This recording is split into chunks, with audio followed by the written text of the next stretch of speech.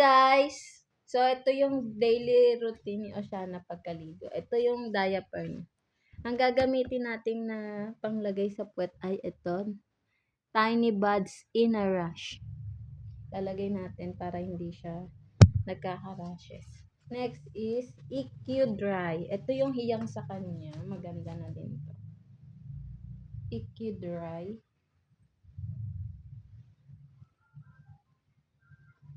Hindi siya nagkakalik dito tsaka hindi nagkaka-rashes.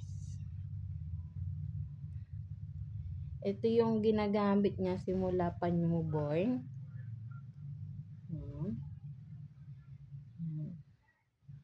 Ang pagda-diaper sa baby, itatagilid mong ganun para daw hindi na yung spinal cord.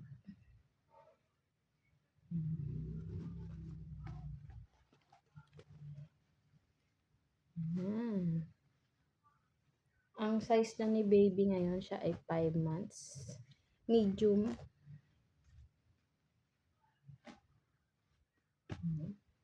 Next is, pagka-diaper natin sa kanya, lalagyan natin siya ng lotion. Ang lotion ni baby ay Johnson Baby Lotion.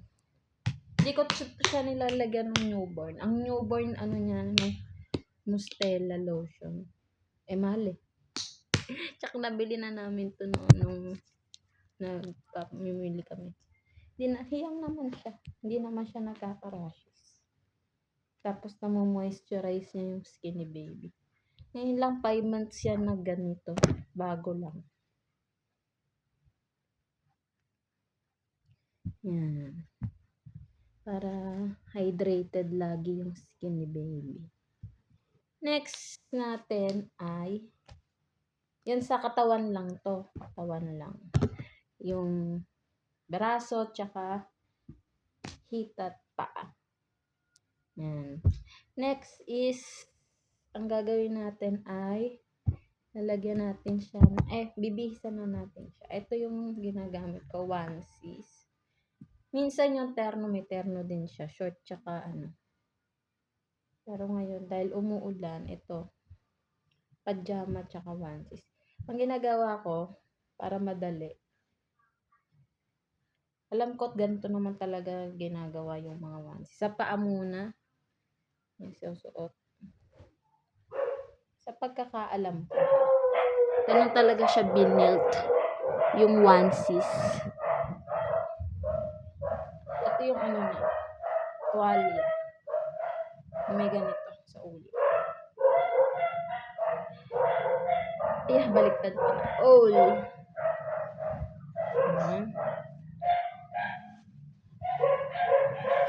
Sinisimulan ko sa next, ang ingay ng aso. Pause muna natin. Ayan, wala na yung aso. Ayan, bihis na rin si baby.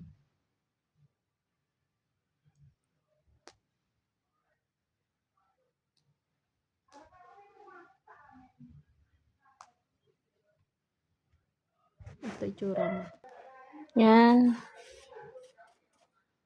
Yung damit niya pang yan. 0 to 6 months. 3 to 6 months pa. Pero, yun yung mga binibili ko. Hindi ako bumili ng bumili lang ako ng 0 to 3 months. Mga 2 piraso lang. Kasi madali daw kalakihan. So, bibili na kayo. Yung mas malaki na kay baby. Kasi madali lang lumaki ang mga baby. Hindi naman halata nung 3 months. Yung newborn siya. Sinusuot ko din to sa kanya nung newborn. Hindi naman ganun kalakihan. Yung mga pang 0 to 3 months yung hindi na kasya sa kanya. Ito nga pang newborn tong pajama. Pero, yan. Kasya pa din. Pero masikip. Ginagawa ko lang siyang pang araw-araw. Next, ito. Ito, Mustela, C. Castella. Very effective to sa mga baby acne. Ito ginagamit ni Oceana simula newborn pa siya. Nag-start kasi yung baby acne niya nung sobrang dami nung mga 4 weeks yata, ganun. Tapos, talaga siya dito. Tapos nakita ko to sa TikTok, maraming gumagamit nito. Effective daw. Yun, mga 1 linggo or wala pang 1 linggo, wala na yung baby acne niya. Mahal to, kaya lang worth it naman. Tingnan mo, 5 months na siya, hindi pa nauubos. Pero paubos na siya. Ginagamit ko to sa kanya lagi. Pag may mga rashes siya. Sa mga pula-pula. Yan. Once day ko lang to inano. Dati nung newborn siya, nung may mga baby acne siya. Lagi ko yung nilalagay. Kahit nung paggabi, 2 times a day. Ngayon kasi wala na, makinis na siya. Nilagay ko din to sa may likod niya kasi merong shampoo lang sa likod. Hindi ko alam kung saan nakuha. Yan. Tapos, yan. Okay na. Tapos ito, nito ko lang to ginamit din. Hindi ko to ginagamit noon. Sabi naman hindi ako nagbe-baby oil kapag naliligo. Hindi daw maganda daw yun. After daw maligo, tsaka ka magbe-baby oil. Sabi ni, ko lang yun sa isang pedya. Si Dr. Ato Basco. Yan, para lang daw ma-moisturize yun ng baby. So, ganun yung ginagawa ko. Nilalagay ko lang siya sa may ulo niya. Feeling ko, ngayon, nilalagay ko lang siya para hindi tumikwas yung buhok niya. Kasi tumayo yung buhok ni Oceanic eh. Tumatayo siya eh. Napakataas na. Para siyang lalaki lalo. Mukha niya kasi ang daddy niya. Yan. Lalagay ko lang sa buhok niya. Feeling ko lumalago yung buhok niya. Feeling ko lang nilalagyan ko siya ng oil.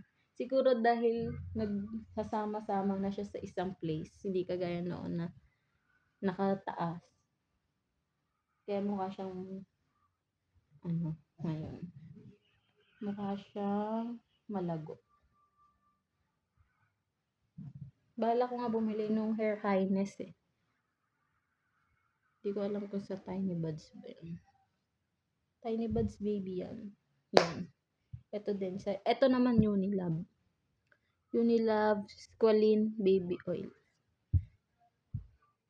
Tapos ito nabili ko lang din sa Shopee. Mura lang to. Set to, may isa pa to. Yung pasuklay talaga. Ito, brush eh. Yan. Tapos ito medyas. Dahil medyo mainit naman. Huwag ko muna siyang lagyan ng medyas. Kasi medyas na. Pero normally, hindi ko talaga pinapagalitan nga ako, 'di ba? Ano daw, yung lamig nga daw mapapasok daw sa katawan, mag-uumpisa daw yun sa paa. Kaya daw kailangan medyasan. Pero wala naman ako nakitang ganun. Sabi lang nila pang-regulate lang ng temperature ang medyas. Mainit naman na, kaya hindi naman na kailangan medyasan. Masyadong may initan ng baby naman. Masama naman yung ngayon tag-ulan. Yun lang yung mga ginagawa niya. Na ganito kasi ang ingay niya. Tumahimik siya. Ayan, hello po. Bye. Yun lang po ang aming routine. Bye guys. Sabi mo anak. Bye guys. Hello.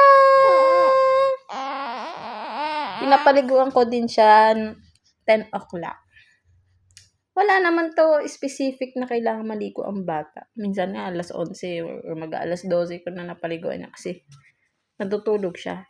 Alangan naman gisingin ko siya para lang maligo. Sayang naman yung paglaki. Diba? Yun lang. Bye-bye.